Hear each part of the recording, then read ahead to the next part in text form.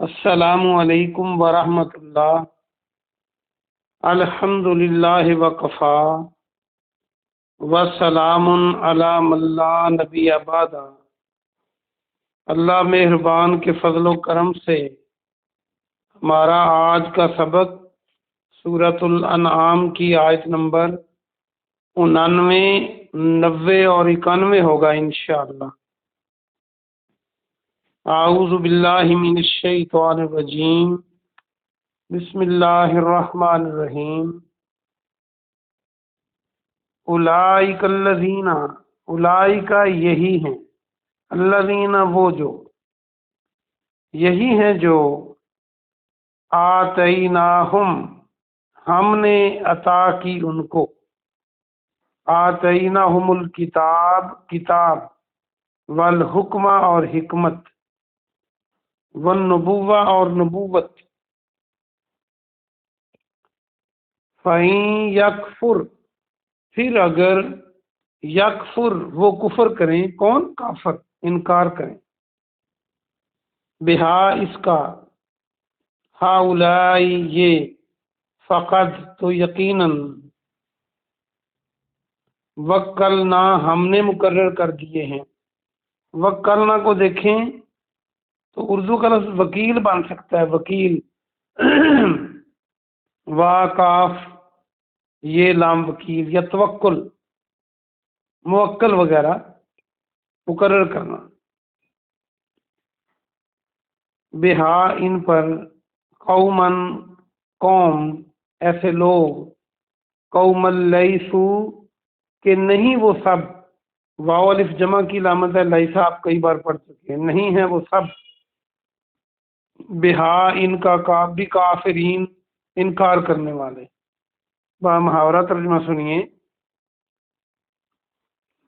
یہی ہیں جو ہم نے ان کو کتاب، حکمت اور نبوت عطا کی، یہ انبیاء کرام کی بات۔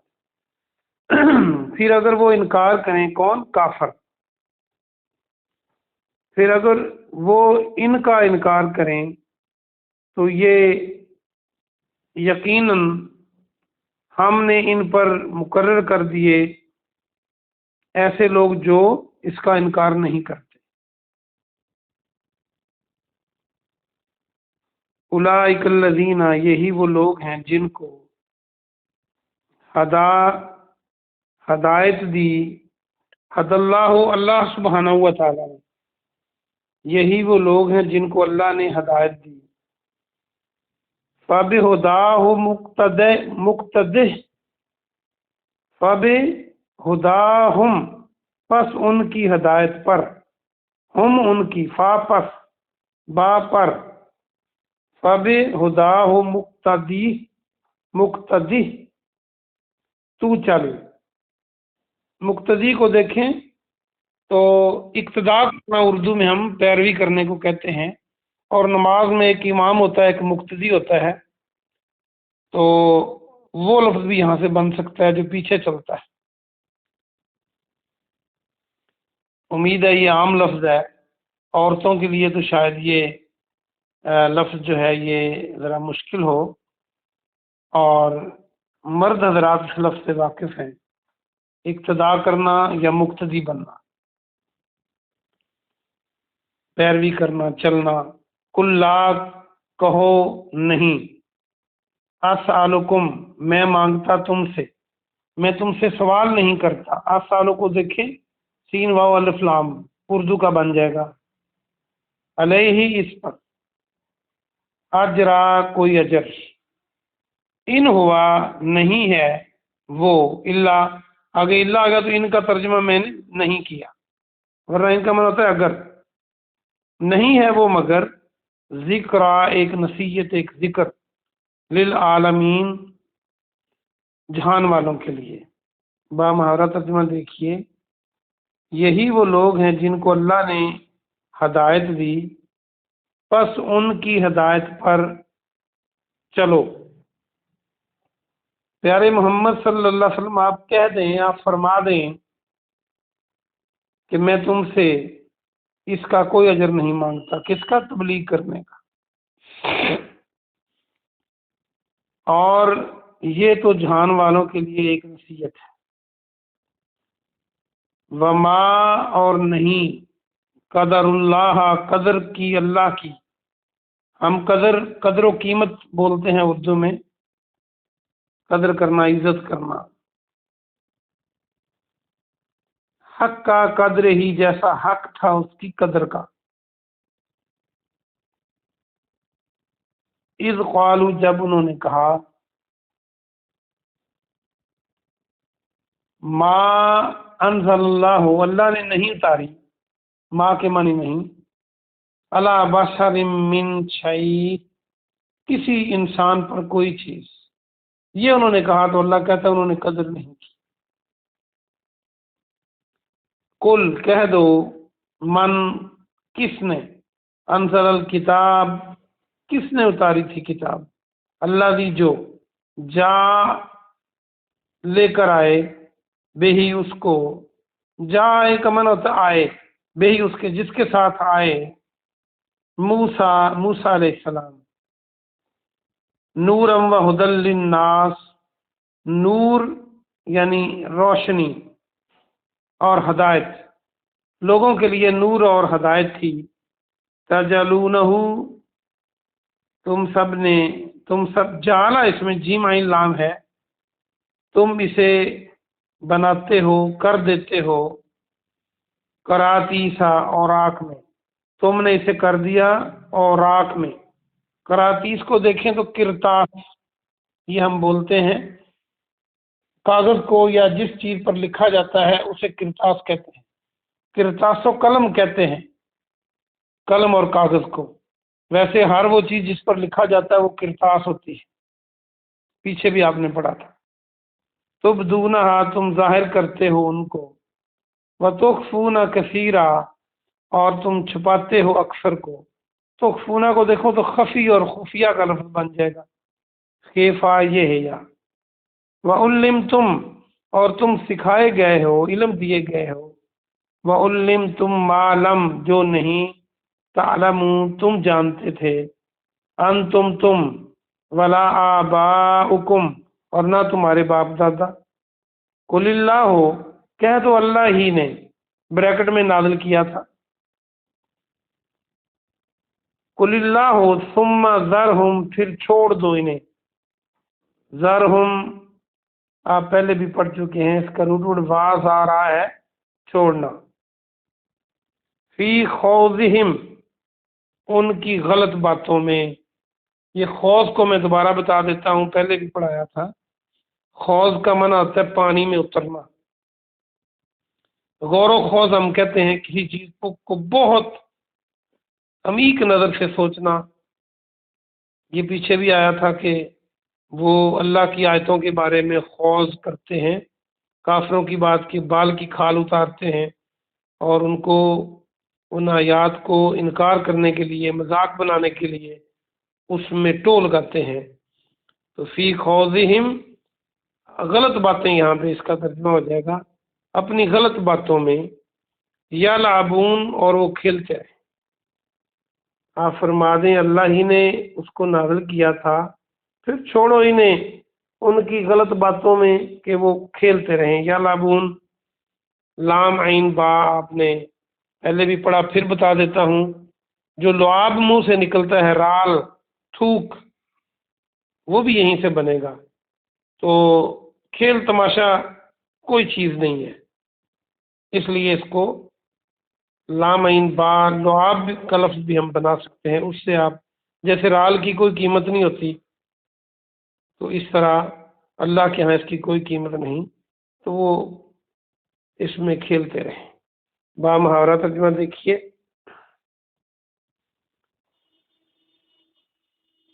آپ فرما دیں پیارے محمد صلی اللہ علیہ وسلم، آپ فرما دیں کس نے وہ کتاب اتاری تھی جو موسیٰ علیہ السلام لے کر آئے تھے، جو کہ نور اور لوگوں کے لیے ہدایت تھی، تم سب نے اس کے اوراق کر دیے اور تم ظاہر کرتے ہو اس کو اور چھپاتے ہو اس میں سے اکثر چیزیں، اکثر کو